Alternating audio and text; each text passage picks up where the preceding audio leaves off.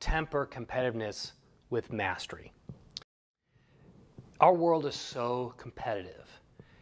It's so important to go, go, go, to win, win, win. I mean, we're pushed with that mantra over and over again. But we know in research that if you're ultra competitive, it's a lot easier to burn out. You really need a combination of both competitiveness and mastery, which is self-improvement. I'm going to give you a perfect example. Nick Faldo, one of the greatest golfers of all time, won 6 majors. Well, in the mid-1980s, he was known as Nick Faldo because he was choking at majors. And the British press just hounded him. He's from Britain. And they were just saying he was a folder and he was a choker. Well, he basically went to David Ledbetter and revamped his swing. Because Nick Faldo wanted to be one of the greatest players of all time, he wanted to win majors, and he knew he had to win majors to be considered one of the greatest players of all time. So for the next 3 or 4 years, he revamped his swing.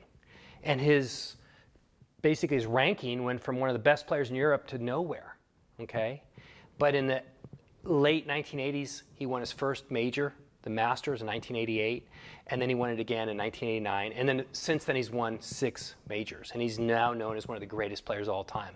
Well, what happened there was he took his ultra competitiveness and he tempered it with mastery. He had to basically de-emphasize being the best in the world and then focus on self-improvement to balance it out.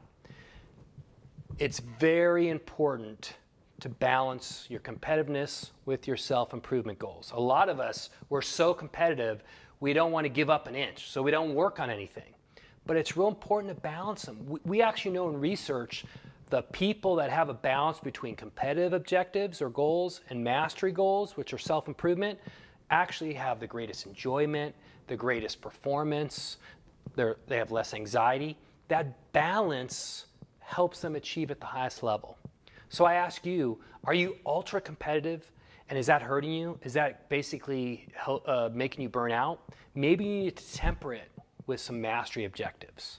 And when you temper that, you are going to get even better, and you're going to prevent burnout, and you're going to succeed at a higher level.